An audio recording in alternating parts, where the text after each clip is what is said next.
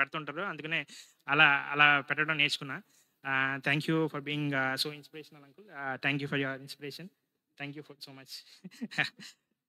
తర్వాత అలా ఎదుగుతున్న కాలంలో నాకు నైన్త్ క్లాస్‌కొచ్చేటప్పటికి ఒక అనారోగ్యము వచ్చింది. బ్రెయిన్‌లో ఎక్కడ తగిలిందో తెలీదు గానీ, బ్రెయిన్‌లో ఒక బ్లడ్ క్లాట్ తగిలింది. ఆహ్, ఆ బ్లడ్ క్లాట్ వల్ల ఆహ్, ఆహ్, నర్వ్స్‌లో బ్లడ్ ప్రవహించేది కాదు. వెంటనే ఫిట్స్ వచ్చేసేది. ఆ ఫిట్స్ వల్ల ఈ అబ్బాయి చదవకూడదు, ఇంకా స్ట్రెస్ తీసుకోకూడదు, ఎక్కడికి వెళ్ళకూడదు, ఇంట్లోనే ఉండాలని చెప్పారు. మా అమ్మగారు ఎంతగానో ప్రార్థన చేసి ఎంతగానో ప్రార్థన చేసేవారు. డ్యాడీ అయితే అసలు స్కూల్‌కి పంపించేవారు కాదు. నేనైతే ఫుల్ హ్యాపీ. ఎందుకంటే స్కూల్‌కి వెళ్ళక్కర్లేదు కదా! అయితే మా మమ్మీ మాత్రం స్కూల్‌కెళ్ళాలి అనేవారు గానీ, నేను డ్యాడీ డ్యాడీ వంక పెట్టుకొని మానేసేవాడిని. డ్యాడీ ఎళ్ళొద్దన్నారని మానేసేవాడిని. అయితే కాలం అయ్యేటప్పటికి అది క్యూర్ అవుతూ వచ్చింది. ఒక 4 ఇయర్స్ మెడిసిన్ వాడుతూ వచ్చా. దేవుడు అద్భుత రీతిలో కుమారి నీవి శ్వాసం నేను స్వస్థపరచునని వాగ్దానం ఇచ్చి, దేవుడు నన్ను స్వస్థపరుస్తూ వచ్చాడు. ఇది రెండవ కార్యం నా జీవితంలో. దేవుడు మరణాపాయం నుండి రెండోసారి నన్ను తప్పిస్తూ వచ్చాడు. ఆ తర్వాత ఇంకెప్పుడు నాకు ఎటువంటి శోధన దరి చేరలేదు. దేవుడు ఎంతో గొప్ప కార్యం చేస్తూ వచ్చాడు. ఆ తర్వాత ఇంకా ఎదిగే కొద్దీ ఇంజినీరింగ్ చదివే కొద్దీ లోకం ఆశలు, లోక పోకడలు ఇలాంటివన్నీ వచ్చినప్పటికీ దేవుని మాట, దేవుని వాక్యము మన హృదయంలో ఉన్నప్పుడు, చిన్నప్పటి నుంచి అది బలంగా నాటబడినప్పుడు మేము ఏనాడు తప్పిపోలేదు. చిన్నప్పుడు మా డ్యాడీ కుటుంబ ప్రార్థన చేసుకుందాం అనేవాళ్ళు. కుటుంబ ప్రార్థన చేసుకుందాం అంటే, కుటుంబ ప్రార్థనలో కూర్చుంటే గంట సేపు ఉండేది మెసేజ్. అసలు గంట సేపు మనం కళ్ళు కూడా పక్కకు తిప్పలేమన్నమాట. కళ్ళలో కళ్ళు పెట్టి చూస్తుంటారు. ఆ కళ్ళు నేను మా అక్కలిద్దరూ పక్కన కూర్చొని కళ్ళు నా మా కింద పెట్టి బైబిల్‌లో చూస్తుండేవాళ్ళం. మళ్ళీ కళ్ళు కళ్ళు ఆయన కళ్ళలో చూసామా ఇంక లాక్ అయిపోయామే. మన కళ్ళు కళ్ళు మళ్ళీ తిప్పడానికి ఉండదు. అంత అంటే వారు అనుభవించిన బాధ, వారు అనుభవించిన శ్రమ మేము పడకూడదని దేవుని భక్తిలో దేవుడంటే ఏంటి? దేవుని విశ్వాసం అంటే ఏంటి? దేవుని దగ్గర ఎట్టి రీతిగా ప్రార్థించి పొందుకోనాలి అనేది మాకు విపులంగా నేర్పిస్తూ వచ్చారు. చిన్నప్పటి నుంచి ఆ పునాది ఉండడం వల్ల ఏనాడు ఎప్పుడు తప్పిపోవడానికి ఆస్కారం లేకుండా పోయింది. అనేక శోధనలొచ్చాయి. లోకంలో అనేక రంగురంగుల ప్రపంచం. ఇంజినీరింగ్ చదివేటప్పుడైతే మరీ రంగురంగుల ప్రపంచం కదా! అయినప్పటికీ దేవుడు అన్నిటి నుండి తప్పిస్తూ వచ్చాడు. ఎప్పుడు ఆహ్, ఆహ్, అనవసరమైన వాటి జోలికి ఆహ్, వెళ్ళకుండా దేవుడు చూస్తూ వచ్చాడు. ఈనాటికి నేను సినిమా అంటే నాకు తెలీదు. సినిమా థియేటర్ ఎలా ఉంటదో తెలీదు. అలాంటి రీతిగా నన్ను అప్పటినుంచి దేవుడు వాళ్ళు పెంచుతూ వచ్చారు. అందుని బట్టి దేవుని స్తుతిస్తున్నాను. అలాగే ఇంకా, ఇంకా ముందు కొన్ని విషయాలు ఎట్టిగా దేవుడు నాకు సాయం చేస్తూ వచ్చాడో చెప్తాను. చిన్నప్పుడు వీబీఎస్‌కెళ్తూ వచ్చేవాళ్ళం. ఆరాధన చేస్తూ వచ్చేవాళ్ళం. తిమోతి అంకులు ఫస్ట్ ఆహ్, ఆహ్, రక్షణ పొందినప్పుడు చెప్తూ వచ్చారు. ఫస్ట్ ఆరాధన వర్తమానం అయిపోయిన తర్వాత ఎవరైతే చిన్న పిల్లలున్నారో వారు ఫస్ట్ ఆరాధించి, తర్వాత సండే స్కూల్ టీచర్ ఆరాధించి, తర్వాత పెద్దవాళ్ళు ఆరాధించమని. అందులో ఫస్ట్ నేనే ఉండేవాడిని. అలా 3 సంవత్సరాలు దేవుడు నేనే ఫస్ట్ ఆరాధించడానికి దేవుడు కృప చూపిస్తూ వచ్చాడు. అందరికంటే ముందు నేను ఆరాధించాలంటే నాకెంతో టెన్షనొచ్చేసేది. కానీ దేవుడు కృప చూపించి ముందే ఆరాధించి అందరికంటే ముందు వరుసలో ఆరాధించే కృపను దేవుడు అనుగ్రహిస్తూ వచ్చాడు. తర్వాత ఆహ్, ఆహ్, ఇంజినీరింగ్ అయిపోయింది. ఇంజినీరింగ్‌లో గూడా నేనేమి బీభత్సమైన స్టూడెంట్‌ని గాదు. చాలా యావరేజ్‌గా చదివేవాడిని. కానీ ఒకసారి చదివితే పట్టేసేవాడిని. కానీ చదివేవాడిని గాదు. మా అమ్మగారు తల బాధేసుకునేవారు. ఈడేమైపోతాడో, ఏమన్నా ప్రయోజకుడవుతాడా లేదా? ఒక చిన్న ఉద్యోగమన్నా వస్తదా లేదా? అని ఎప్పుడు ఆమె ప్రార్థన చేస్తూ ఉండేది. 20,000 ఉద్యోగమైనా సంపాదించాలి. 20,000 ఉద్యోగమైనా సంపాదించాలి అని ప్రార్థన చేస్తుండేది. కానీ డ్యాడీ మాత్రం ఎప్పుడు మాకు విశ్వాసం అంటే ఏంటో నేర్పిస్తూ వచ్చారు. విశ్వాసంలో ఎదగడం అంటే ఏంటో నేర్పిస్తూ వచ్చారు. దేవుని మీద ఆధారపడడం అంటే ఏంటో నేర్పిస్తూ వచ్చారు. అందువల్ల ఈనాడు మమ్మల్ని మేము తప్పుదారి పట్టింది లేదు. దాన్ని బట్టి దేవుని స్తుతిస్తున్నాను. తర్వాత ఇంజినీరింగ్ అయిపోయిన తర్వాత ఏం చేయాలి అనేది ఆలోచిస్తున్నప్పుడు నేను వ్యాపారం చేస్తాను. డ్యాడీ కూడా వ్యాపారంలోకెళ్తానని వ్యాపారంలోకెళ్ళేవాడిని. ఒక 6 మంత్స్ వెళ్ళిన తర్వాత అది అక్కడికెళ్తే ఏముండదురా పాలోడు అంటారు. అంతేగాని ఇంకేం ఉండదు. ఉద్యోగం తెచ్చుకోవాలి అని అమ్మ ఎప్పుడు ఏడుస్తుండేది. ఆహ్, ఒక ఎగ్జామ్ యాప్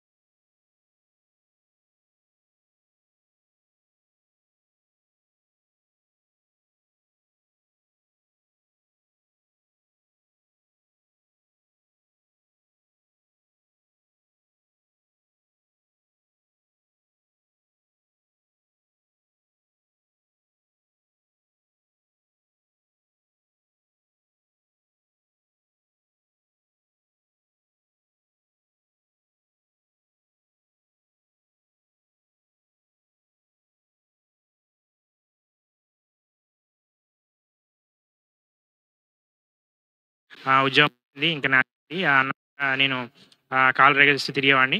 కానీ మా మా మేనేజర్స్ వాళ్ళకి కూడా వీడు ఎదిగిపోతున్నాడు చిన్న వయసులో ఎంత ఎదగకూడదు అనే అసూయ కూడా వారిలో కలిగింది. మేబీ నా గర్వమే అది దానికి కారణమేమో. వారేం చేశారంటే నాకు ఆ ఇయర్ ప్రమోషన్ ఇవ్వాలి. ఇవ్వకుండా రేటింగ్ కూడా ఇవ్వకుండా జంగారెడ్డిగూడెం ట్రాన్స్‌ఫర్ చేశారు. జంగారెడ్డిగూడెం ట్రాన్స్‌ఫర్ చేసి జంగారెడ్డిగూడెంలో ఆహ్, ఆహ్, క్యాష్‌లో ఏశారు. క్యాష్ కౌంటర్ అంటే చాలా దారుణంగా ఉంటది. యాక్సిస్ బ్యాంక్ అందులోను యాక్సిస్ బ్యాంక్ అంటే తిరుమల క్యాష్ అంతా తిరుమల మిల్క్ క్యాష్ అంతా వచ్చేస్తదన్నమాట. తిరుమల వాడు 10 నోట్స్ అన్నీ కట్టేసి ఇస్తాడన్నమాట. ఆ క్యాష్ అంతా రోజుకి 1,00,00,000, 2,00,00,000 నేను మిషన్‌లో పెట్టి లెక్క పెట్టాలి. ఆ డస్ట్ అంతా మీదకెళ్ళిపోయేది. ఒక్కొక్కసారి షార్ట్ ఫాల్ అయ్యేది. అవంతా నేను పే చేయాల్సొచ్చేది. క్యాష్‌లో ఎయడం వల్ల ఎంతగానో ఇబ్బంది పడేవాడిని. దేవుని దగ్గర ఎంతగా ప్రార్థించాను. ప్రభువా! నేను తప్పు చేశాను. మీ ఎదుట నిలవలేకపోయాను. నాకు గర్వం వచ్చింది. దయతో నన్ను క్షమించండి. ఒక్కసారి నన్ను జ్ఞాపకం చేసుకోండి అని ప్రార్థన చేశాను. ప్రార్థన చేసినప్పుడు వారు జాయినింగ్ అయిన తర్వాత 1 మంత్‌కి మామూలుగా జాయినింగ్‌కి 1 వీక్ హాలిడే ఇస్తారు. ఆ 1 వీక్‌లో ఎట్టి పరిస్థితిలో వేరే జాబ్‌లో జాయిన్ అయిపోవాలి. లేకపోతే ఏమయ్యేదంటే మార్నింగ్ ఇక్కడ 6కి, 7కి బయలుదేరితే అక్కడికెళ్ళడానికి 8, 9 అయ్యేది. 9 అయిన తర్వాత బైక్ మీద ఎళ్ళేవాడిని. ఇక్కడి నుంచి ఈ రోడంతా మరి దారుణంగా ఉండేది. హెల్మెట్ పెట్టుకొని ఎళ్ళేవాడిని. ఎళ్ళిన తర్వాత మళ్ళీ క్యాష్ హ్యాండిల్ చేసి సాయంత్రం వరకు 3కో, 4కో లేకపోతే అట్‌లీస్ట్ 6కో అయిపోయేది క్యాష్. ఎవరైతే నాతో పాటు వచ్చి క్యాష్ లోపల పెట్టాలో అతను వచ్చేవాడు కాదు. కావాలని క్యాష్‌లో కూర్చోబెట్టేవాడు. ఎప్పుడో 9కి వచ్చేవాడు. నేను గుడి వెళ్ళాలని తెలుసు, బండి మీద వెళ్ళాలని తెలుసు. 9 వరకు కూర్చోబెట్టి 9కి వదిలి 9కి వచ్చి అప్పుడు క్యాష్ ఒక్కోటి కౌంట్ చేసి లోపల పెట్టి వాలెట్‌లో పెట్టి మళ్ళీ బయటకొచ్చి అప్పుడు వదిలేవాడు. ఎంతగానో బాధ అనిపించేది. ఆ నైట్‌లో అక్కడి నుంచి ఇక్కడికొచ్చి బాగా అలసిపోయేవాడిని. అలా 1 మంత్ ట్రావెల్ చేసిన తర్వాత ఎంతగానో బాధపడి ఒక 1 వీక్ లీవ్ అడిగామాట. 1 వీక్ జాయినింగ్ లీవ్ అడిగా. జాయినింగ్ లీవ్ ఇచ్చారు. అప్పుడు ఈ వారంలో ఎట్టి పరిస్థితుల్లో ప్రభువా! మీరు నాకు సాయం చేయండి. నాకు ఉద్యోగం రావాలి. వేరే ఉద్యోగం రావాలి. ఈళ్ళందరూ ఎవరైతే నన్ను అవమానించారో వాళ్ళందరూ సిగ్గుపడాలి. ఈళ్ళందరూ ఎవరైతే నన్ను ఉద్యోగం నాతో చేపిచ్చుకొని కూడా నన్ను ప్రమోషన్ చేయకుండా నన్ను పంపించారో వారిని ఆహ్, ఆహ్, వారందరి ముందు నన్ను హెచ్చించండి ప్రభా! ఆహ్, నేను ఇంకొకసారి ఈ తప్పు చేయను. నేను గర్వించను. ప్రభా! మీరే నాకు సాయం చేయండి అని ప్రార్థన చేస్తూ వచ్చా. ఆ జంగారెడ్డిగూడెం నుంచి ఇక్కడికొచ్చేంత వరకు హెల్మెట్‌లో నీళ్ళు కారుతూనే ఉండేయి. దేవుడు ఆ ప్రార్థన ఆలకిస్తూ వచ్చాడు. ఆ ఒక 1 వీక్‌లో ఫస్ట్ మండే విప్రోలో ఓపెనింగ్స్ ఉన్నాయంటే హైదరాబాద్ ఎళ్ళొచ్చాను. ఆహ్, ఆహ్, సెలెక్ట్ అవ్వలేదు. తర్వాత బుధవారం వచ్చింది. అది ఇంకొక 2 రోజులే ఉంది. ఆ తర్వాత గురువారం వచ్చింది. గురువారం రోజు నోటిఫికేషన్ చూసాను టీసీఎస్‌లో ఓపెనింగ్స్ ఉన్నాయని. అదే బ్యాంకింగ్ రోల్. ఎళ్లి అప్లై చేయాలి. ఎళ్లి అటెండ్ అవ్వాలి ఇంటర్వ్యూకి. ఆ నైట్ టైము ప్రార్థన చేసుకున్నాను. ఆ ప్రార్థన చేసుకున్నప్పుడు దేవుడు నాకిచ్చిన వాగ్దానం యెషయా 43 అధ్యాయం. "నీవు జలములలో బడి దాటునప్పుడు నేను నీకు తోడైందును. నదులలో బడి వెళ్ళునప్పుడు అవి నీ మీద పొర్లి పారవు." తర్వాత యెషయా 43 ఆ అధ్యాయం అంతా ఆ రోజు చదువుతూ వచ్చాను. నాకెంతో ఉద్యోగం వచ్చేసింది నాకు అన్నట్టుగా నాకనిపిచ్చింది. తర్వాత 19 వచనంలో ఉంటది. "ఇదిగో నేను ఒక నూతన క్రియ చేయుచున్నాను." అంటే ఆ రోజు నాకు జరిగిపోయింది. కొత్త ఉద్యోగం వచ్చేసిందనే ఫీలింగ్ వచ్చింది గానీ, ఇంకా నాకు ఆ బాధ ఎందుకో నేను చేజేతులారా చేసుకున్నానేమో, అక్కడే వాళ్ళతో మంచిగా ఉంటే సరిపోయేదేమో అనవసరంగా అంటే ఇంకొక ఆప్షన్ కనిపించేది కాదు. అంటే బ్యాంకింగ్ ఫీల్డ్ ఎలా ఉంటదంటే, ఆ బ్యాంకింగ్ తప్ప ఇంకొక బయటకొచ్చే ఫీల్డ్ లాగా ఉండదది. అయితే ఆహ్, ఎంతగానో ప్రార్థన చేసుకున్నాను. ఆ రోజు టీసీఎస్‌లో ఓపెనింగ్స్ ఉన్నాయని తెలిసినియి. ఆ రోజు సాయంత్రం బయలుదేరి చెన్నై ఎళ్తున్నా. ఇక్కడ తిరుమల ట్రైన్ ఎక్కా. ఇక్కడి నుంచి ఏలూరు ఎళ్ళేటప్పటికి అక్కడ బస్సేమో విజయవాడలో 10కి క్యాచ్ చేయాలి. కానీ ఇది తిరుమల స్లోగా ఎళ్తుంది.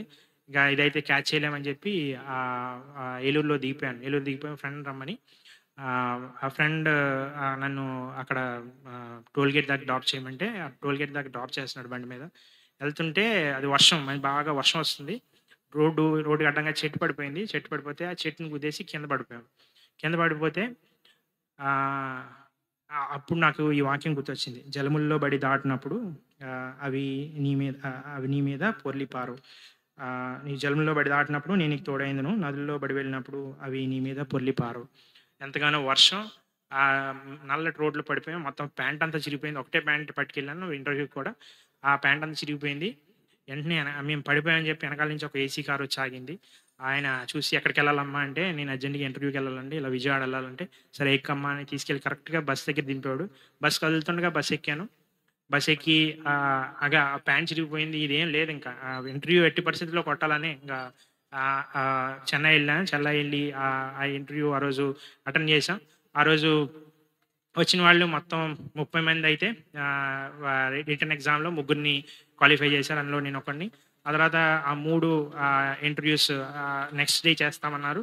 ఇంటికొచ్చేసి మళ్ళీ ప్రార్థన చేశాను. ప్రభువా మీరే సాయం చేయండని. ఆ తర్వాత రోజు గూడా ముగ్గురిలో ఇద్దరినే సెలెక్ట్ చేశారు. ఆ ఇద్దరిలో నేనొకడిని. దేవుడిని ఎంతగానో స్తుతిస్తూ వచ్చా. ఆ గొప్ప ఆపద నుండి, ఆ గొప్ప భయంకరమైన పరిస్థితి నుండి దేవుడు నన్ను తప్పిస్తూ వచ్చాడు. తర్వాత ఆహ్, మండే మార్నింగ్ ఆఫీస్‌కెళ్ళాలి. ఇప్పుడు అంతా పరిస్థితి అంతా మారిపోయింది కదా! నాకు ఉద్యోగం ఉంది చేతిలో. సో, ఎళ్ళగానే బ్రాంచ్ మేనేజర్ దగ్గరికెళ్ళి నేను మానేస్తున్నాను. నాకు ఆఫర్ లెటర్ లేదు, ఏమీ లేదు నా చేతిలో. కానీ ధైర్యంగా చెప్పేసాను. దేవుడు నన్ను సిగ్గుపరచడు అని. నాకు 1 మంత్‌లో రిలీవింగ్ కావాలి. నేనిక్కడ చేయలేనని. ఆళ్ళు ఆశ్చర్యపోయారన్నమాట. ఆ తర్వాత కొన్ని రోజులకి వాళ్ళు నాకు కాల్ చేసి, అక్కడ ఉండే సాలరీ కంటే అక్కడ యాక్సిస్ బ్యాంక్‌లో ఇచ్చే సాలరీ కంటే డబుల్ సాలరీ వచ్చింది. ఆళ్ళందరూ కాల్ చేసి, "మాకు కూడా ఏదైనా చూడు బాసు.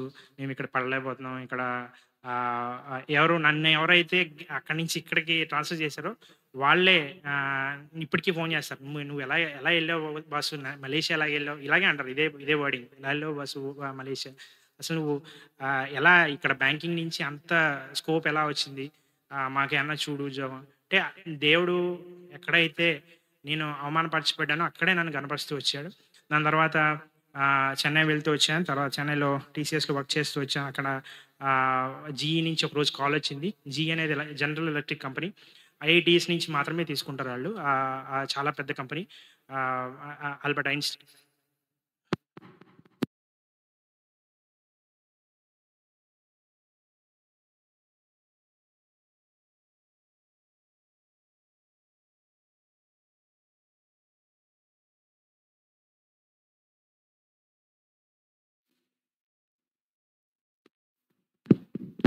ఆల్బర్ట్ ఐన్‌స్టీన్ పెట్టిన కంపెనీ అది.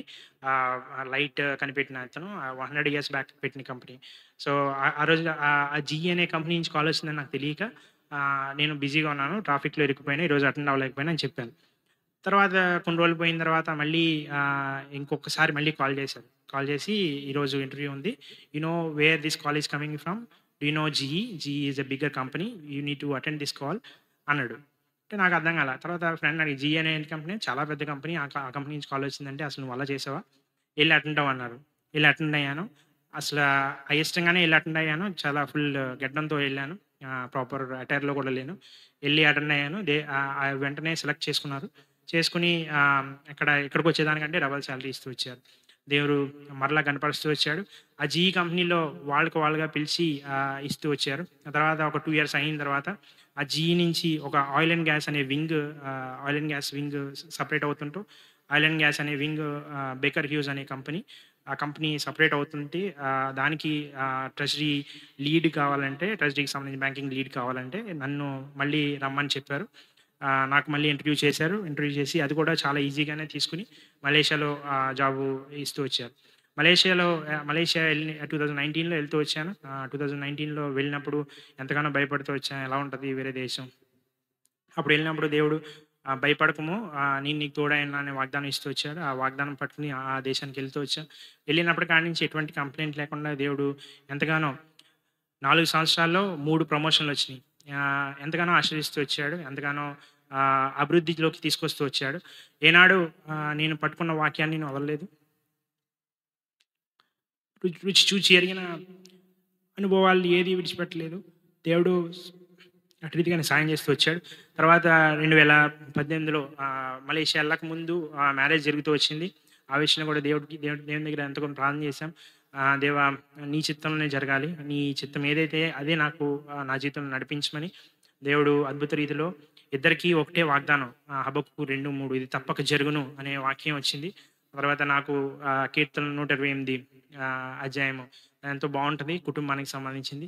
ఆ అధ్యాయం ద్వారా దేవుడు మాట్లాడుతూ వచ్చేటప్పుడు జెహోషామాకెళ్తూ వచ్చాను. చెన్నైలో ఉన్నప్పుడు దేవుడు మాట్లాడుతూ వచ్చాడు.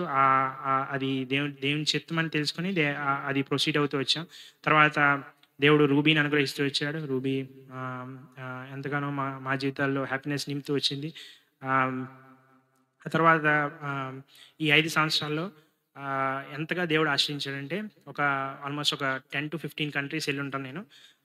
యూరోప్ నుంచి ఏషియా పాక్ కంట్రీస్ అన్నీ వాళ్ళకు కంపెనీ వాళ్ళే తీసుకెళ్తారు. చాలా 7 స్టార్ హోటల్స్‌లో మాకు అకామిడేషన్ ఇస్తారు.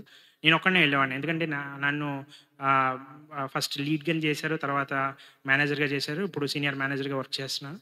సీనియర్ మేనేజర్‌ని కాబట్టి నాకు ఒక 10 మెంబర్స్ టీమ్ ఉంటారు. ఆ 10 మెంబర్స్ టీమ్‌ని ఆహ్, వేరే వేరే కంట్రీస్‌లో ఉంటారు. వేరే వేరే 10 మెంబర్స్ టీమ్ ఒక్కొక్క కంట్రీలో ఉండరు. ఒకళ్ళు యూఎస్‌లో ఉంటారు. ఒకళ్ళు చైనా, కొంతమంది చైనా, కొంతమంది అర్జెంటీనా, కొంతమంది మలేషియా. అంతటికి గ్లోబల్ మేనేజర్‌ని నేను.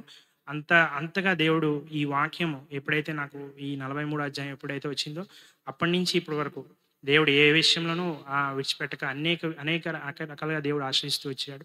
ఆహ్, ఆహ్, ఏ ఏ కంట్రీకెళ్ళినా, ఎక్కడికెళ్ళినా నా బైబిల్ నాతో క్యారీ చేసేవాడిని. దేవుని వాక్యం చదువుకునేవాడిని. ఆ రోజు దేవుని స్తుతించేవాడిని. ప్రతి రోజు కోసం దేవుని స్తుతిస్తూ వచ్చేవాడిని.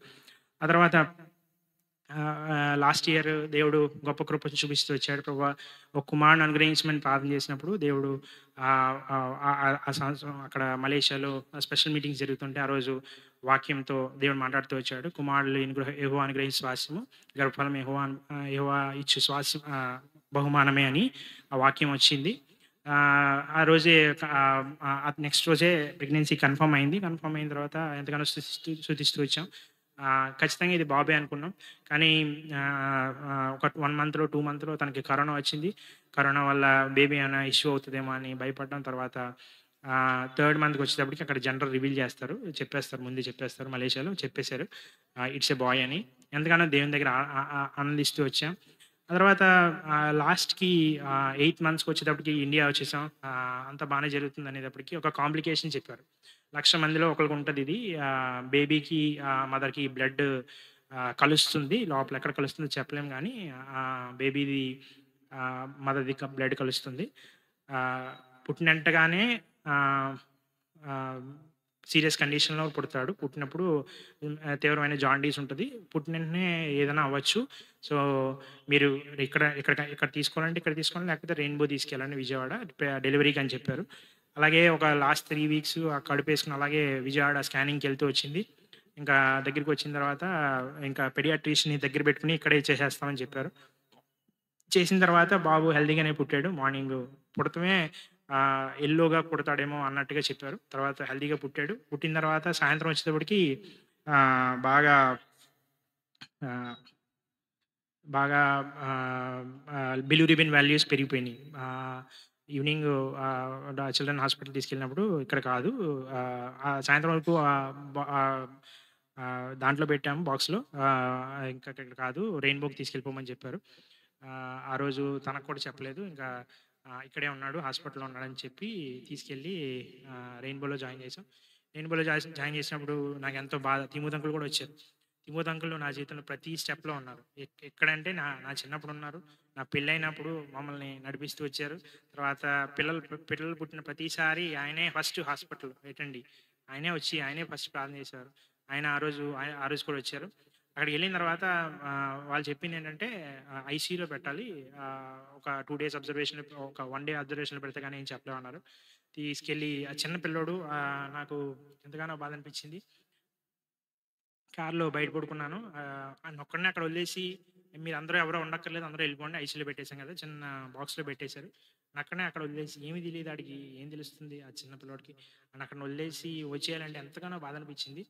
దేవుడు మన పట్ల చూపిన ప్రేమ కూడా ఇంతే గదా! దేవుడు మనల్ని తన కుమారులుగా ఎంత స్వీకరించాడు. ఎంత స్వీకరించకపోతే ఎంత ప్రాణం ఇవ్వగలడు దేవుడు అని ఆహ్, ఆహ్, ఆ రోజు నాకనిపించింది.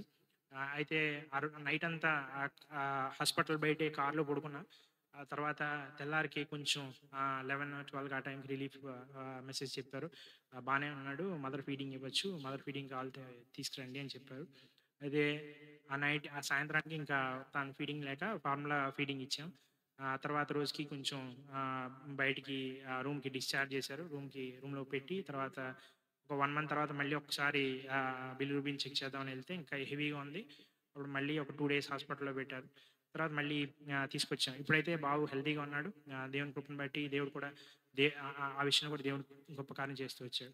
ఇదంతటి విషయంలో నా జీవితము ఇప్పటివరకు చెప్పిన అన్ని విషయాల్లో ఏనాడు దేవుడు నన్ను చేయి విడిచిపెట్టలేదు.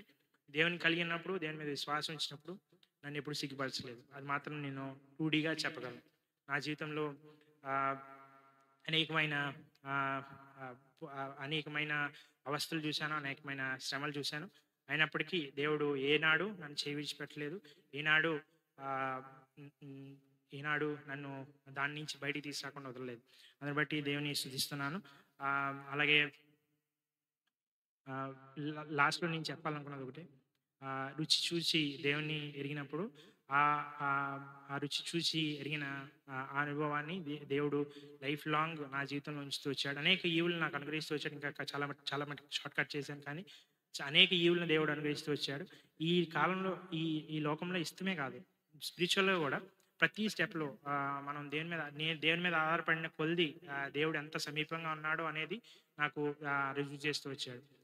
ఆఖరిలో ఒక్క పాట పాడి ముగించుకుందాం.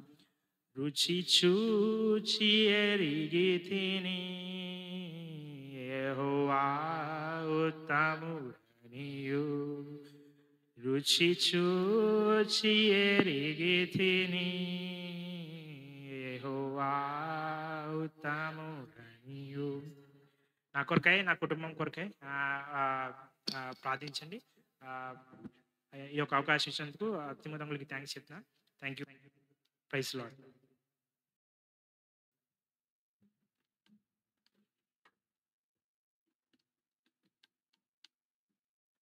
బైబిల్ కోరస్ పాడుకుంటాం. ఒకసారి లేచి నిలబడదాం. మళ్ళా బైబిల్ కోరస్ పాడు. మీ కుడి హస్తంతో బైబిల్ ఉన్న వారందరూ పఠింప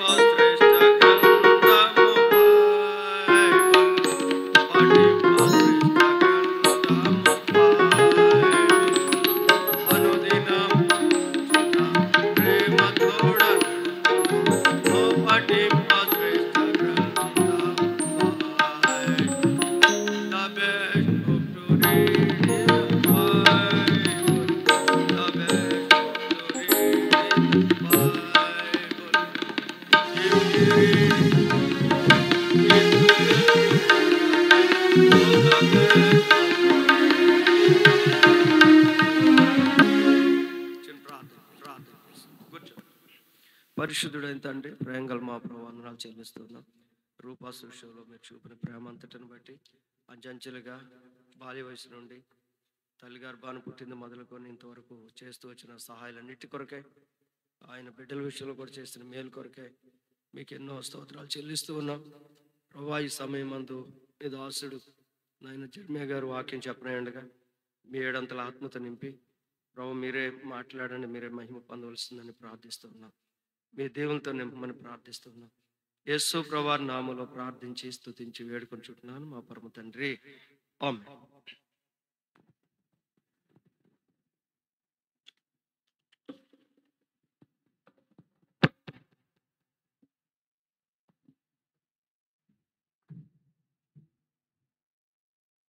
ప్రకటన గ్రంథము 22వ అధ్యాయం.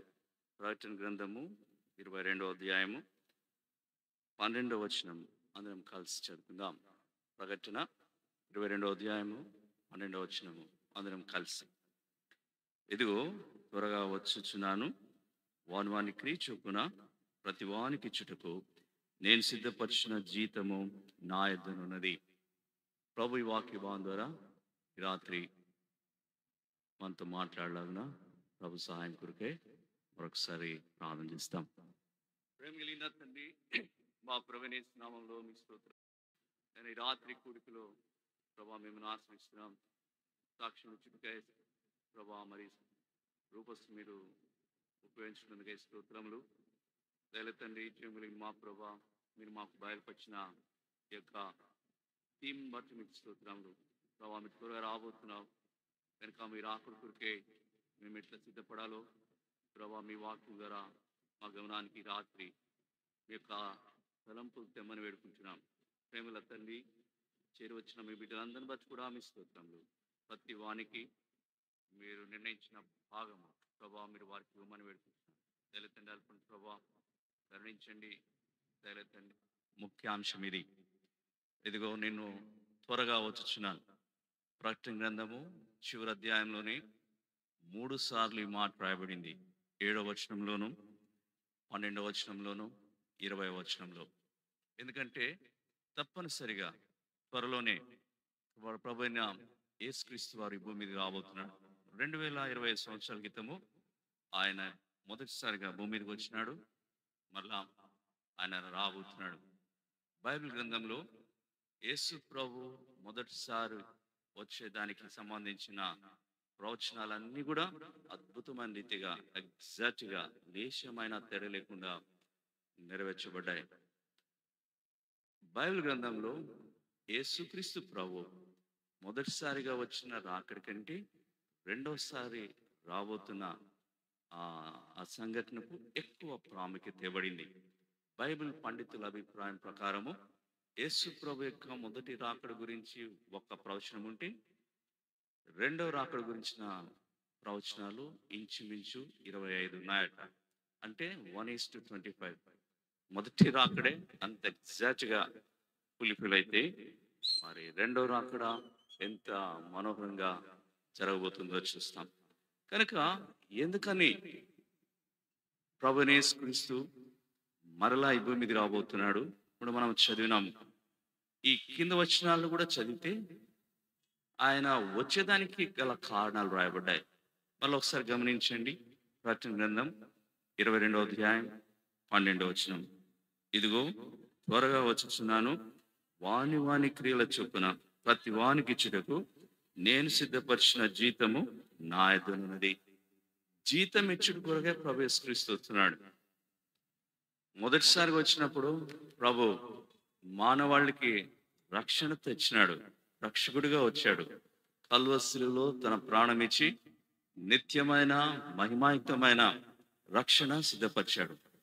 ఎందరైతే యేసు ప్రభుని స్వంత రక్షకునిగా అంగీకరించినారో వారి కొరకే జీతం ఇవ్వడానికి, బహుమానం ఇవ్వడానికి యేసు ప్రభు భూమి మీద రాబోతున్నాడు. ఆ కింద వచ్చిన చూడండి, ప్రకటన గ్రంథం 22వ అధ్యాయం 13వ వచనం. నేనే అల్ఫాయు ఓమేగయును, మొదటి వాడును కడపటి వాడును, ఆదియు అంతమునైనాను. 3 సార్లు ఒకటే తలంపు ప్రభు చెప్పాడు. అల్ఫా అన్న, మొదటి వాడన్నా, ఆది అన్న ఒకటే. ఓమేగా అన్న, కడపటి వాడన్నా, అంతమైనా అన్న ఆత్మే. యేసు ప్రభులో 2 కోణాలు ఉన్నాయి. మొదటివాడు ఆయనే, అదే సమయంలో కడపటివాడు ఆయనే. మొదటివాడుగా ఆల్ఫాగా మరి ఆయన ఏదైతే చేసినాడో దాన్ని ముగించుట కొరకై, లేకపోతే దానిని నూతన పరచుట కొరకై ఇప్పుడు ఒమేగాగా ప్రభు రాబోతున్నాడు. ఒకనాడు ఆల్ఫాగా ఈ భూమిని ఆకాశమును ఆయన సృజించాడు. ఇప్పుడు రెండోసారి వచ్చేటప్పుడు ఒమేగా దేవునిగా దీన్ని తీసివేయబోతున్నాడు. మొదటి ఆకాశమును మొదటి భూమియు గతించెను, నూతన ఆకాశము నూతన భూమి ప్రభైపోతున్నాడు. మొదటిసారి ఆయన ఆల్ఫాగా ఆయన సూర్య చంద్ర నక్షత్రం కలుగు చేసినాడు. రెండోసారి వచ్చినప్పుడు వాటిని అక్కర్లేదు, సూర్యుడు అక్కర్లేదు, చంద్రుడు అక్కర్లేదు. మొదటిసారి ఆయన పగలు రాత్రి కలుగు చేశాడు. రెండోసారి ప్రభు యేసుక్రీస్తు వచ్చినప్పుడు రాత్రి యొక్క అవసరం లేదు. మొదటిసారి వచ్చినప్పుడు సముద్రము ఉంది, ఇప్పుడు ఇక సముద్రము ఉండబోదు. ఆయన ప్రారంభంలో మానవుని కలుగు చేసినప్పుడు లోకంలోనికి పాపము ప్రవేశించింది. రెండోసారి ప్రభు యేసుక్రీస్తు వచ్చినప్పుడు పాపమును దూరపరిచేవాడుకుంటున్నాడు. పాపం యొక్క ఉనికి నుండి ఆయన తన ప్రజలను తప్పించేవాడుగా ఉంటున్నాడు. మొదటిసారిగా యేసు ప్రభు వచ్చినప్పుడు సాతానుడు మొట్టమొదటి రెబెలియన్ చేసినాడు, ఎదురు తిరిగినాడు.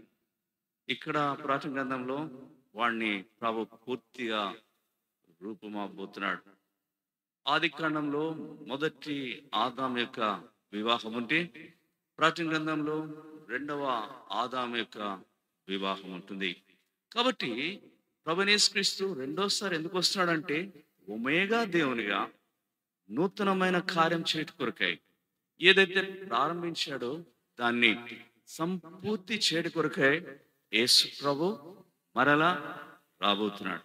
ఆ తర్వాత ఎందుకొరకే యేసు ప్రభు రాబోతున్నాడు? ఆ కింద వచనం రండి. ప్రాచీన గ్రంథం 22వ అధ్యాయము 14వ వచనం. జీవ వృక్షమునకు హక్కు గలవారై గుమ్మముల గుండా ఆ పట్టణంలోనికి ప్రవేశించినట్లు తమ వస్త్రములను ఉతుక్కుని వారు ధనులు. ఆయన ఒక పట్టణం సిద్ధపరుస్తున్నాడు. ఆ పట్టణంలో కొంతమందికి ఆయన ప్రవేశం ఏర్పరచబడుతున్నాడు. ఆ వారికి ఆయనదైన పట్టణంలో ప్రవేశమిచ్చుడు కొరకై యేసు ప్రభు మరల రాబోతున్నాడు. తర్వాత ఇంకొక పని చేయడానికి కూడా యేసు ప్రభు వస్తున్నాడు. ఆ కింద వచనం రండి. 15వ వచనం. కుక్కలను, మాంత్రికులను, వ్యభిచారులను, నరహంతకులను, విగ్రహారాధకులను, అబద్ధమును ప్రేమించి జరిగించి ప్రతి వాడును వెలుపట ముందురు. కొంతమందిని పట్టణంలోనికి అసలు ఏం మాత్రం కూడా ప్రవేశం ఇవ్వకుండా వారిని దూరపెట్టడానికి, వారికి తీర్పు తీర్చడానికి ప్రభు రాబోతున్నాడు. అందులో మొదటి వారు ఎవరు? కుక్కలంటే నూతన నిబంధన పరిభాషలో కుక్కలంటే అపవిత్రులనేది అర్థం. మత్తయి సువార్త 7వ అధ్యాయం 6వ వచనంలో ప్రభు అన్నాడు, పరిశుద్ధమైంది కుక్కలకు పెట్టగుడి. ఫిలిప్పీయులకు రాసిన పత్రిక 3వ అధ్యాయం 2వ వచనంలో కుక్కల విషయమై మీరు జాగ్రత్తగా ఉండుడి. ఇక్కడేమో కుక్కలకు పరలోక పట్టణంలో ప్రవేశం లేదు. అంటే వారు అపవిత్రులు, ప్రభు నమ్మని వారు, పాపంలో ఉన్నవారు. అలాంటి వారికి తీర్పు తీర్చుడు కొరకై తను సిద్ధపరిచిన పట్టణమును ప్రవేశింప చేయకుండా కొరకే ప్రభు రాబోతున్నాడు. కాబట్టి ఎందుకు ప్రభువైన యేసుక్రీస్తు రెండోసారి భూమి మీదకి వస్తున్నాడు? కొన్ని కారణాలు వాక్యంలో మన కొరకు పొందుపరచబడ్డాయి. యేసు ప్రభు మొదటిసారిగా వచ్చినప్పుడే తాను రెండోసారి కూడా వస్తానని, ఆయన ఎలా వస్తాడో దాని గురించి ఆయన ముందుగానే చెప్పాడు. చదవండి. మత్తయి సువార్త 16వ అధ్యాయం 27వ వచనం. మత్తయి సువార్త 16:27. ఆ ఉమ్. ఆ ఆ ఇప్పుడు మనం చదివినట్లే ఎవని క్రియల చొప్పున వానికి ఫలమిచ్చుట కొరకై మహిమతో ఈసారి మనిషి కుమారుడైన యేసు ప్రభు రాబోతున్నాడు. యేసు ప్రభు తిరిగి వస్తాడు అన్న సత్యాన్ని మొదట్లోనే దూతలు కూడా ప్రకటించినారు. అపొస్తలుల కార్యములు 1వ అధ్యాయము 10-11 వచనాలు. అపొస్తలుల కార్యములు 1వ అధ్యాయము 10-11 వచనాలు చదవండి. ఆ ఉమ్, ఉమ్, ఉమ్, ఉమ్, ఉమ్, ఉమ్, ఉమ్, ఉమ్. కాబట్టి దూతలు కూడా చెప్పబడ్డారు. యేసు ప్రభు మొదటిసారిగా వచ్చినప్పుడు ఒక దూత ఈ వర్తమానం చెప్తే, యేసు ప్రభు తిరిగి వస్తాడు అన్న సత్యాన్ని 2 దూతలు చెప్తున్నారు. మీరు చదివితే గన అపోస్తలులు కూడా చాలా సార్లు యేసు ప్రభు మళ్ళా రాబోతున్నాడు అన్న సత్యాన్ని ప్రకటిస్తూ వచ్చారు. మహాదేవుడు మన రక్షకుడైన యేసుక్రీస్తు యొక్క ప్రత్యక్షతకు ఎదురు చూస్తూ అంటూ తీతుకు రాసిన పత్రిక 2:13 అపోస్తలుడైన పౌలు అంటాడు. యాకోబు కూడా 5వ అధ్యాయం 6వ వచనంలో సహోదరులారా ప్రభు రాకడ కొరకు వేచుండుడి అని చెప్పాడు. 2 పేతురు 3వ అధ్యాయం 12వ వచనంలో కూడా దేవుని దినపు రాకడ కొరకు కనిపెట్టుచు దానిని ఆశతో అపేక్షించచ్చు అంటూ పేతురు చెప్తూ వచ్చాడు. ఆ తర్వాత యోహాను పత్రిక కూడా చాలాసార్లు రాయబడి. కాబట్టి అపోస్తలులు కూడా ప్రభువైన యేసుక్రీస్తు తిరిగి రాబోతున్నాడు అన్న సత్యాన్ని వారు ప్రకటిస్తూ వచ్చాడు. ప్రతి ప్రభు దినం మన మధ్యలో ప్రభు బలను కలిగి ఉంటాం. ప్రభు బల్ల నేర్పించే ఆత్మీయ పాఠం కూడా అదే. ఆయన యేసు ప్రభు మళ్ళీ తిరిగి రాబోతున్నాడు. మీరు ఈ రొట్టెని తిని ఈ పాత్రలో ఉంది రానప్పుడల్లా ప్రభు వచ్చే వరకు ఆయన మరణమును ప్రచురించదు. కాబట్టి యేసు ప్రభువే చెప్పినాడు, దూతలు చెప్పినారు, అపోస్తలులు చెప్పినారు, ప్రభు బల్ల కూడా మనకు సాక్ష్యం ఇస్తుంది. ఈ విధంగా క్రీస్తు యేసు ప్రభు మరలా భూమి మీదకి రాబోతున్నాడు. యేసు ప్రభు ఆయన రెండోసారి వచ్చేటప్పుడు 2 దశల్లో వస్తాడు. మొదటిసారి వచ్చే దాన్ని ఎత్తబడుట, రాప్చర్ అంటారు. ఆ రెండోసారి భూమి మీదకి వచ్చేటప్పుడు దాన్ని రెవల్యూషన్ అంటారు, ప్రత్యక్షత అంటారు. ఈ మొదటిసారి వచ్చేదానికి రెండోసారి వచ్చేదానికి 7 సంవత్సరముల వ్యవధి ఉంటుంది. మొదటిసారి వచ్చినప్పుడు యేసుప్రభు సంఘం తీసుకెళ్ళిపోతాడు. అక్కడ 7 సంవత్సరాలు భూమి మీద మరి భయంకరమైన శ్రమలు వస్తాయి. 7 సంవత్సరాలు కూడా 2 భాగాలుగా చేస్తారు. మొదటి 3.5 సంవత్సరం, లేకపోతే 1260 రోజులు, లేకపోతే 42 నెలలు. మొదటి 3.5 సంవత్సరాలు శ్రమలు ఉంటాయి. ఆ తర్వాత సెకండ్ పార్ట్ ఆఫ్ ఇట్, రెండవ అర్ధ భాగంలో మహాశ్రమలు ఉంటాయి. ఇక్కడ భూమి మీద యేసుప్రభు నమ్మని వారు శ్రమల గుండా, మహాశ్రమల గుండా వెళ్తారు. కానీ రక్షించబడిన దేవుని బిడ్డలు యేసు ప్రభుతో మేఘముల మీద కొనిపోబడి అక్కడ వర్ణింప జాలని ఆనంద భరితులుగా ప్రభుతో ఉండబోతున్నారు. మొదటిసారి వచ్చినప్పుడు యేసుక్రీస్తు ప్రభు ఆయన ఆకాశ మండలానికి వస్తాడు. మనకి 3 ఆకాశాలు ఉంటాయి. మొదటి ఆకాశం అంటే మనకు కనబడుతుంది, అట్మాస్ఫిరిక్ హెవెన్. ఇది రెండోది దాని పైన ఉంటుంది, సోలార్ సిస్టమ్ ఉంటుంది, సన్, స్టార్స్, మూన్స్ అని అక్కడ ఉంటాయి. అక్కడే ఇప్పుడు ప్రస్తుతం అపవాది నివాసం చేస్తున్నాడు.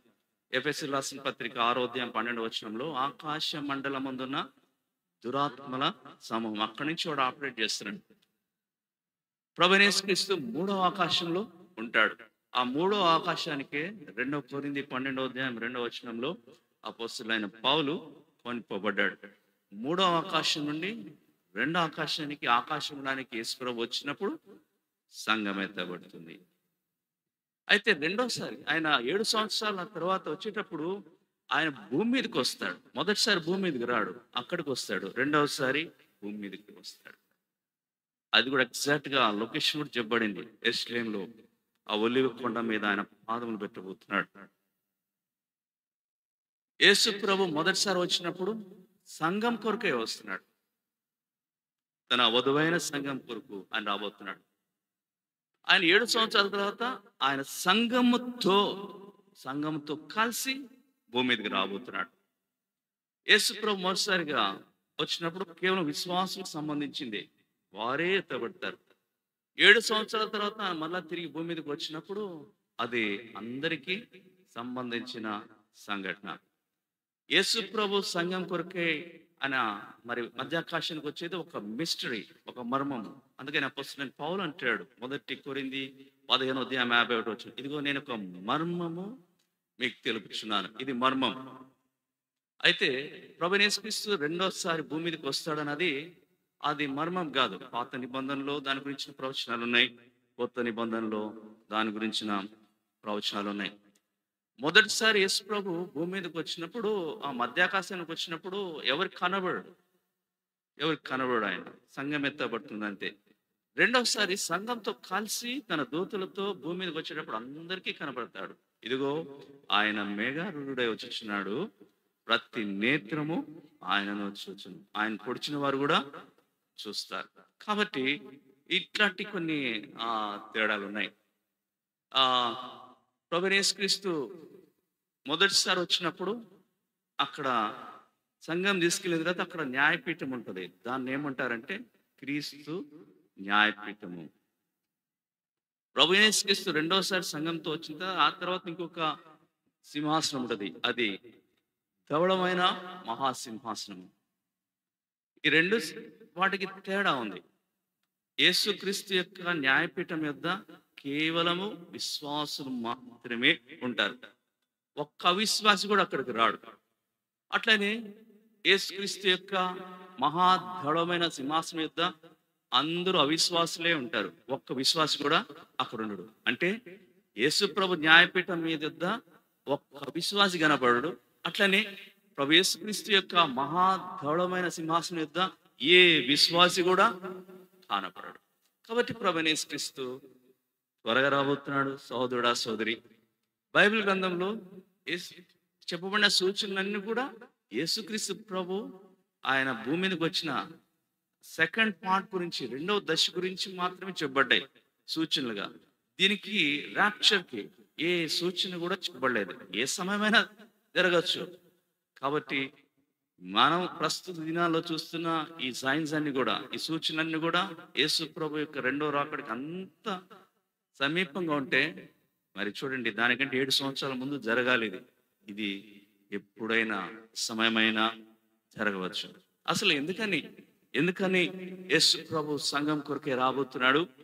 ఆయన వాగ్దానం చేశాడు, మీ హృదయంలో కలవరపడనీకుడి, దేవుని యందు విశ్వాసం ఉంచుచున్నారు, నా యందు విశ్వాసం ఉంచుడి, నా తండ్రి ఇంట అనేక నివాసము గలవు, లేనియెడల నేను మీతో చెప్పుదును, నేను వెళ్ళి మీకు స్థలం సిద్ధపరిచి నా తోడులాగున మరలా వచ్చి మేము తీసుకొని పోతానని వాగ్దానం ఇచ్చాడు. ఆ వాగ్దానాన్ని నెరవేర్చడానికి ప్రభు రాబోతున్నాడు. వాగ్దానం ఇచ్చిన వాడు ఎంతైనా నమ్మదగిన వాడు. 100 6 600 యేసు ప్రభు వాగ్దానాలు అవన్నీ కూడా అవునన్నట్టుగానే ఉన్నాయి. కాబట్టి వాగ్దానం ఇచ్చాడు. వాగ్దానం నెరవేర్పు కొరకై సంఘం కొరకు ప్రభుని యేసుక్రీస్తు ఆకాశ మండలానికి రాబోతున్నాడు. రెండవది, ఆయన తన సంకల్పాన్ని నెరవేర్చడానికి యేసు ప్రభు భూమి మీదకి రాబోతున్నాడు. ఎంత చక్కటి మాట అండి! అసలు ఎక్కడి నుంచి ఎక్కడ తీసుకుపోతున్నాడు ఆయన? మీరును ఉండులాగన. ఆయన ఉన్న చోట ఎక్కడ, మనమున్న చోట ఎక్కడ, మనం ఎలాంటి స్థితిలో ఉన్నాం, మన పరిస్థితి అలాంటిది.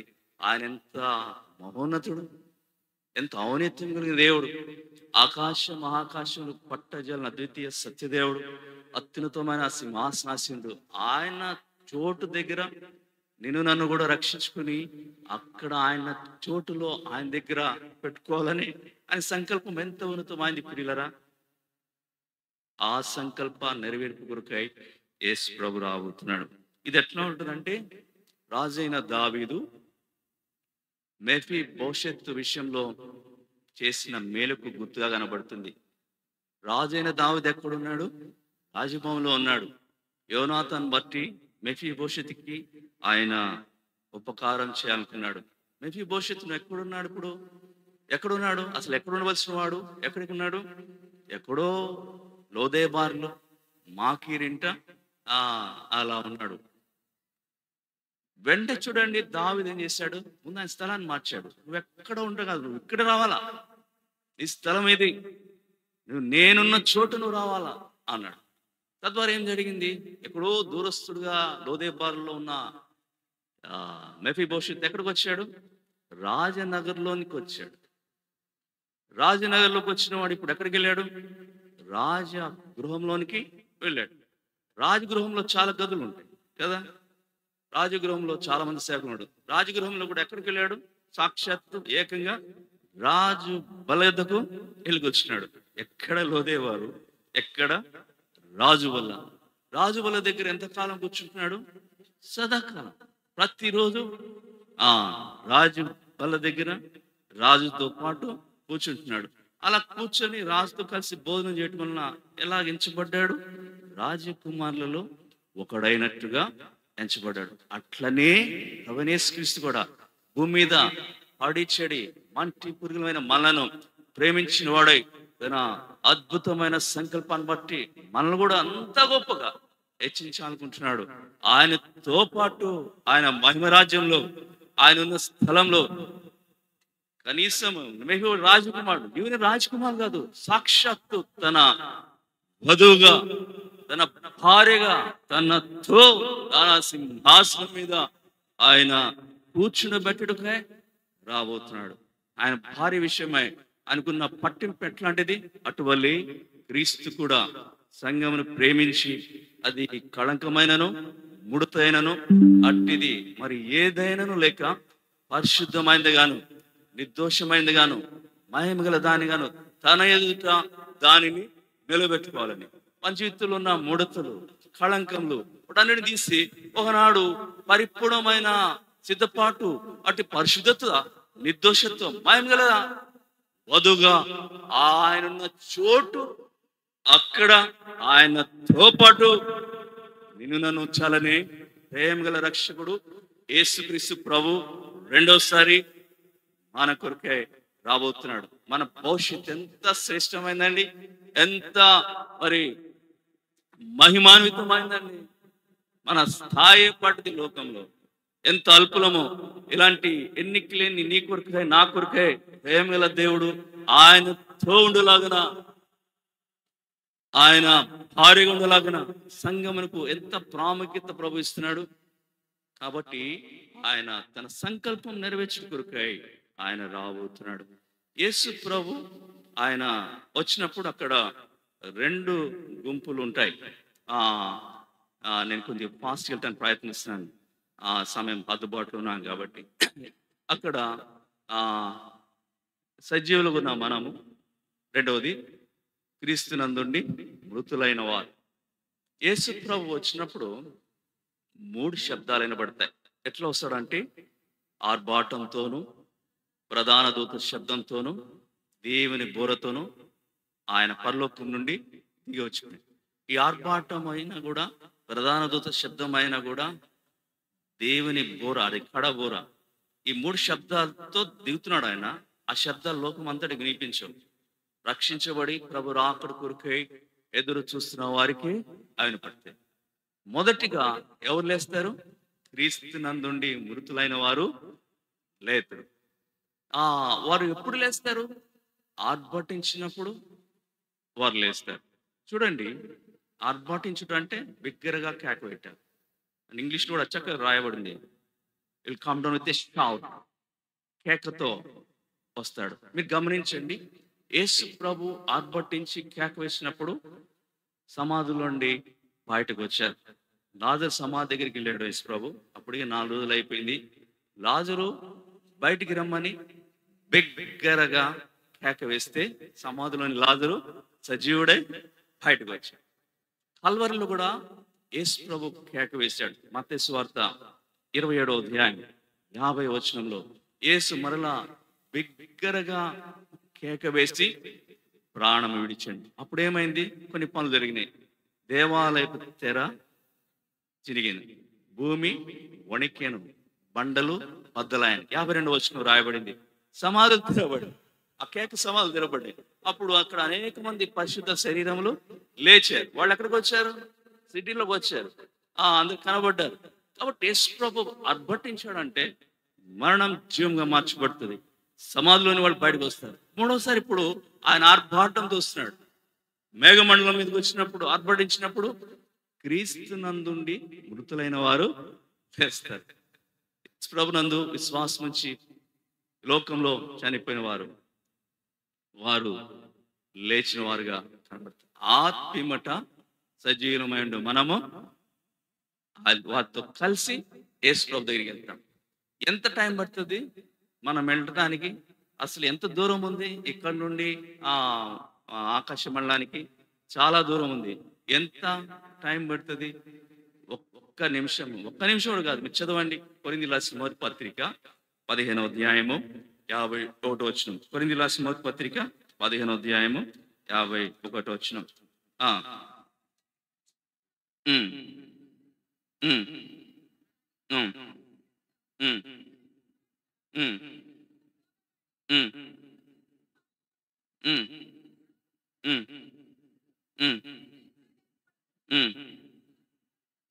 ఎంత త్వరగా? ఒక్క రెప్ప పాటున, అంటే 1 సెకండ్ కంటే చాలా తక్కువై. మరి అంత తక్కువ సమయంలో అంత ఫాస్ట్గా చాలా మార్పులు వచ్చేస్తాయి. మనం ఇంట్లో ఉండవచ్చు, బయట ఉండొచ్చు, లేదా మందిరంలో ఉండొచ్చు, లేకపోతే సువార్త పరిచయంలో ఉండొచ్చు. అక్కడ మోగాన్ని ఆర్భటించాడండి యేసు ప్రభు. ప్రధాన దూత మైకేల్ వస్తాడు, ఆయన మిఖాయేల్ ప్రధాన దూతతో రాబోతున్నాడు. ఆయన వచ్చినప్పుడు అక్కడ ఎట్లానో కూడా రకరకాల మార్పులు వస్తాయి. మన శరీరాలు మార్పు వస్తుంది. మనకు తెలియకుండానే ఎగిరిపోతాం. ఎంత ఫాస్ట్గా వెళ్తామంటే కను రెప్ప పాటలో ఎక్కడుంటాం? యేసు ప్రభుతో పాటు మనం ఉండబోతున్నాం. యేసు ప్రభు వచ్చినప్పుడు సంఘమంతటిని తీసుకుపోతాడు. దశలు కాదు.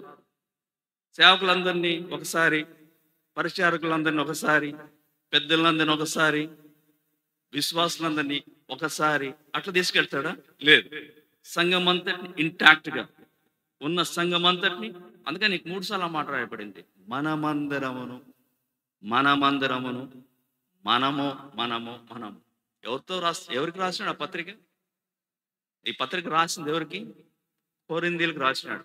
కొరింథీయులు ఎత్తబడేదానికి పాత్రలు కొంటున్నారా? వాళ్ళు ఎన్ని లోపాలు ఉన్నాయి? మొదటి కొరింథీ 3వ అధ్యాయం 1వ వచనంలో ఏమంటాడు? ఆత్మ సంబంధులైన మనుషులతో మాట్లాడినట్లు నేను మీతో మాట్లాడలేకపోతున్నా. అది మీరు శరీర సంబంధాలు ఉన్నారు. క్రీస్తునందు పసి బిడ్డలాగా ఉన్నారు. మొదటి కొరింథీ 11వ అధ్యాయం 18వ వచనంలో మీరు కూడి వచ్చుట ఎక్కువ కీడికే కానీ మేలు కావట్లేదు. మీకు కూడి రావటం వల్ల కీళ్ళే దొరుకుతున్నాయి. మీలో కక్షలు కలవని నేను వింటున్నాను, కొంతవరకు నిజమని వాటిని నమ్ముతున్నాను. మీరు దేవుని సంఘంలో తిరస్కరించి ఏమన్నాడు చూడండి. లేదు, మొదటి కొరింథీ రాసిన పత్రిక 11వ అధ్యాయము 22వ వచనం. దేవుని సంఘం తిరస్కరించి పేదలను సిగ్గుపరచుదురా? అలాంటి వారితో సంఘం తిరస్కరించి పేదలను సిగ్గుపరిచేవారు, కక్షలు కలిగి ఒకరి మీద ఒకరు రాజ్యాలు కలిగిన వారు, శరీర సంబంధాలుగా ఉన్నారు. వాళ్ళతో అంటున్నాడు మనమందరము ఎత్తబడదు. అంటే సంఘమే వాళ్ళు కొన్ని కొరతలు ఉన్నాయి, కొన్ని బలహీనతలు ఉన్నాయి, కొన్ని కానివారి జీవితాలు ఉన్నాయి. ఆయన కూడా ప్రభు యొక్క సంకల్పం ఏమంటే ఆ ముడతలు అంతే ఉండాలని కాదు, ఆ కళంకం అలాగ ఉండాలని కాదు, ఆ పతనాలు అలా ఉండాలి కాదు, అవి కడగబడాలి. వారు పరిపూర్ణంగా చేయబడ్డాలా, వారు నిర్దోషులుగా చేయబడాలా, వారు మహిమ. ఎందుకంటే ఆ బాధ్యత ప్రభు తీసుకుంటాడు, ఆ శాంటిఫికేషన్ ప్రాసెస్ ఆయన చేస్తాడు. అందుకని ఆయా సదుపాయాలు ప్రభు ఈ స్పెషల్ మీటింగ్స్ దేని కొరకే? మనం కడుక్కునే దాని కొరకే, మన వస్త్రములు ఉతుక్కునే దాని కొరకే, దేవునితో మనను సరి చేసుకుంటే కొరకే. ఎందుకు ప్రభు బల్ల మనం కలిగి ఉంటాం? ఇవన్నీ కూడా ప్రభు రాకడ కొరకే. ఆయా కొరతలు, ఇబ్బందులు, బలహీనతలు మనం సరి చేసుకుని ఆ రాకడ కొరకే పరిపూర్ణ సిద్ధపాటు కలిగి ఉండేలాగా. కాబట్టి ప్రభు యేసుక్రీస్తు మన కొరకే వస్తున్నాడు. యేసు ప్రభు వచ్చినప్పుడు మనలో కొన్ని మార్పులు జరుగుతాయి. ముఖ్యంగా మన శరీరంలో భౌతికమైన మార్పు వస్తుంది. ఎలా మార్చబడుతుందో చూడండి. కొరింథీ రాసిన మొదటి పత్రిక 15వ అధ్యాయము 53వ వచనం. క్షయమైన ఈ శరీరము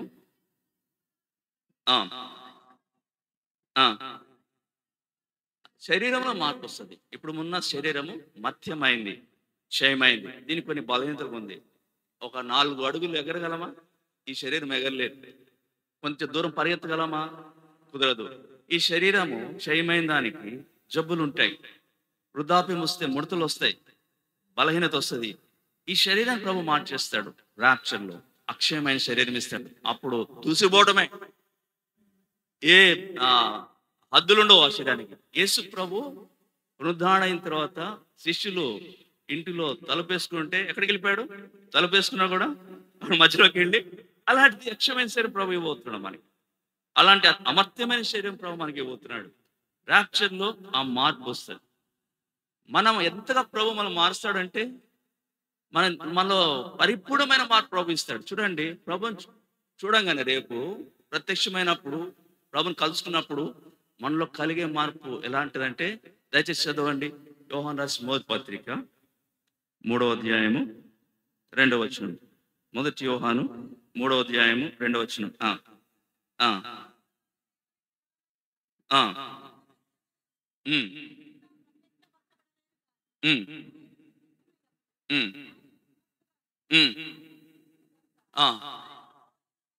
అది ఎట్లా పోరు? ఆయన చూడంగానే ఆయనలాగానే మార్చిపడ్డాం. యేసు ప్రభువులే కనబడతాం, ఆయనను పోలి ఉంటాం. ఇది ఎలాంటి మార్పు అండి? పరిపూర్ణమైన మార్పు, ప్రభువును పోలిన మార్పు. అద్భుతం కదా. యేసు ప్రభు అన్నాడు కొండ మీద, మీ పరలోకపు తండ్రి పరిపూర్ణుడు గనుక మీరును పరిపూర్ణులై ఉండెదరు. ఆ పరిపూర్ణత రాప్చర్లో కనబడుతుంది. క్షయమైన శరీరం అక్షయమైన శరీరంగా మార్చబట్టమే కాదు, ఆ మార్పు కూడా ఎగ్జాక్ట్ నా ప్రభు యేసు ఎట్లా ఉన్నాడు, నా ప్రభువును పోలినవాడుగా ఉండబోతున్నాం. అందుకని మనం వాడతాం కదా, ప్రభుని పోలియుందుము, ప్రభుని సంతాతిగా, ప్రభుని పోలియుందుము, ప్రభుని సంతాతిగా,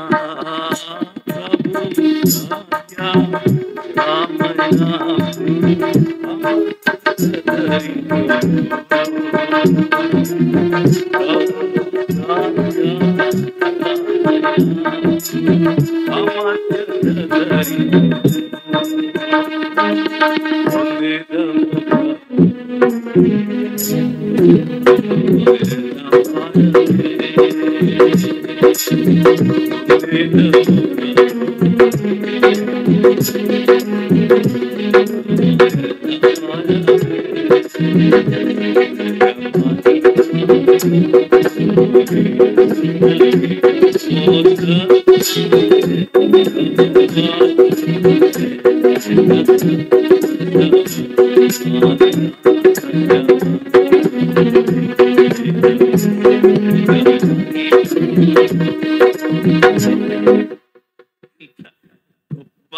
కార్యం ప్రభు చేయబోతున్నాడండి.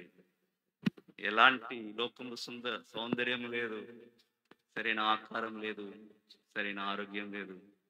ప్రభు వచ్చినప్పుడు ఆయన వల్లే ఆయన పోయిన వారమై చేయబడుతున్నాం.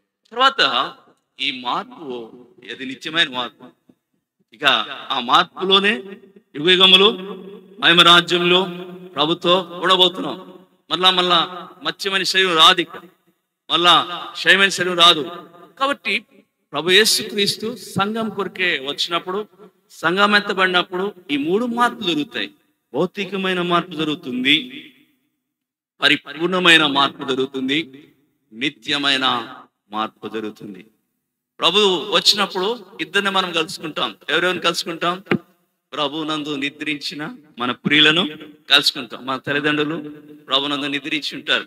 మన సహోదరులు, సహోదరులు, సహపాఠ విశ్వాసులు కొంతమంది ప్రభు నందు నిద్రించిన రేపు వారందరినీ మనము కలుసుకుంటాం. వారితో కలిసి ప్రభు దగ్గరికి వెళ్తాం. అప్పుడు ప్రభుని కూడా కలుసుకుంటాం. ఆ సహవాసం ఎంతకాలము? సదాకాలము ప్రభుతో ఉండబోతున్నాం. కాబట్టి రక్షించబడిన సహోదరి, సహోదరుడా, ఎంత గొప్ప భాగ్యం అండి యేసు ప్రభులో మనం పొందింది. ఆయన సొంత రక్షణ అంగీకరించిన హేతుని బట్టి ఇంత గంభీరమైన కార్యం నీ యొక్క నా యొక్క జీవితంలో ప్రభు చేయబోతున్నాడు. ఆ సమయము సమీపించింది కాబట్టి ప్రభుని యేసుక్రీస్తు రాబోతున్నాడు. ఇంకా మనం చదివినాం, ఇదిగో త్వరగా వచ్చుచున్నాను. దేని కొరకై? వాని క్రియ చొప్పున సిద్ధపరిచిన జీతము ఆయన ఉన్నది. ప్రభు అల్ల కల్లోలంగా ఉంటది. అక్కడ ఆనందభరితులుగా ప్రభుతో దేని బిడ్డలుగా ఉండబోతున్నాం. అక్కడ ఆయన క్రీస్తు న్యాయపీఠం మీద కూర్చుని ఆయన బహుమానాలు ఇస్తాడు. ఈ సింహాసనం దగ్గర తీర్పు తీర్చాడు. ఆయన ఏం చేస్తాడంటే అందరికీ, రక్షించబడిన ప్రతి వానికి ఆయన జీతము ఇవ్వబోతున్నాడు. ఇస్తాడా? కొంతమందికి ఇస్తాడా? దీన్ని Bhima judgement seat of Christ అని కూడా అంటారు. అంటే ఒలింపిక్స్ లో ఉందనుకోండి, అక్కడ లాస్ట్ ఇయర్ జరిగినది. అక్కడ ఒక ఈవెంట్ లో గెలుపొందిన వారికి ఎంతమందికి ఇస్తారండి పథకాలు? 3కే ఇస్తారు. అందులో 30 మంది పార్టిసిపేట్ చేయవచ్చు, కానీ పథకాలు ఇచ్చేది 30 మందికి కాదు, 3కే. Gold medal, silver medal, bronze medal. Yesu ప్రభు దగ్గర 3 కాదు, అందరికి ఇస్తాడు. ఎంత చిన్నదాన్ని కూడా యేసు ప్రభు ప్రతిఫలం ఇస్తాడండి. చదవండి ఎబ్రిల్ రాసిన పత్రిక 6వ అధ్యాయము 10వ వచనం. ఎబ్రిల్ రాసిన పత్రిక 6వ అధ్యాయము 10వ వచనం.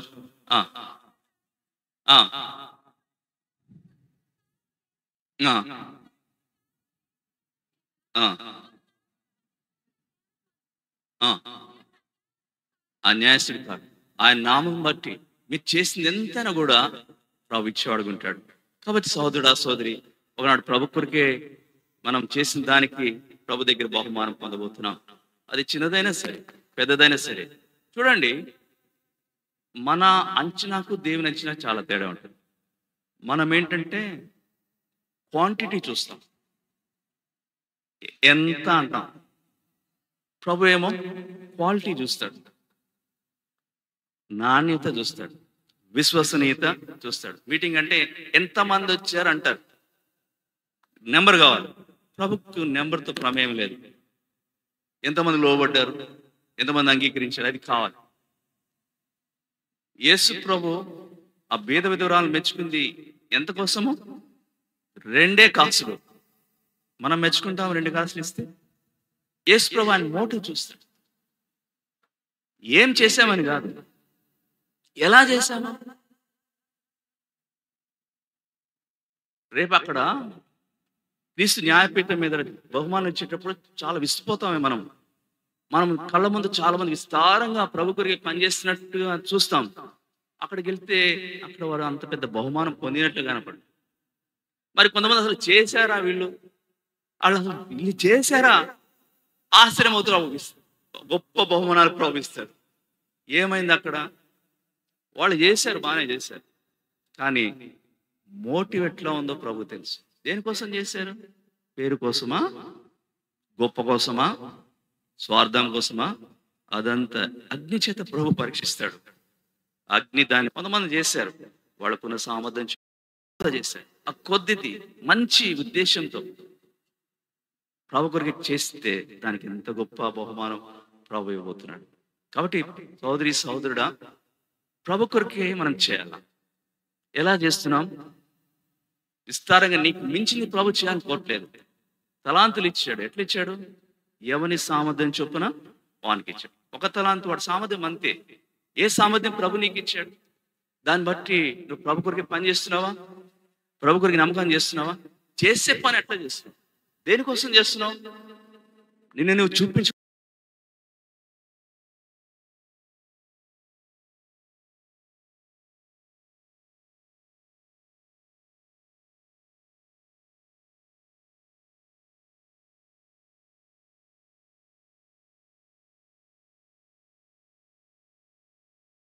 వాళ్ళ గురించి వాళ్ళు చాలా ఎక్కువ అనుకుంటారు.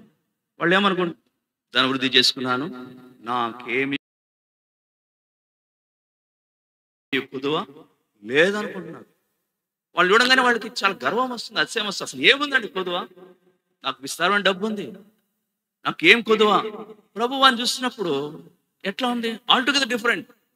దౌర్భాగ్యుడుగా, దిక్కుమాలినవాడుగా, దరిద్రుడుగా, దిగంబరుడుగా, గుడ్డివాడు. ఈ గుడితనం గణ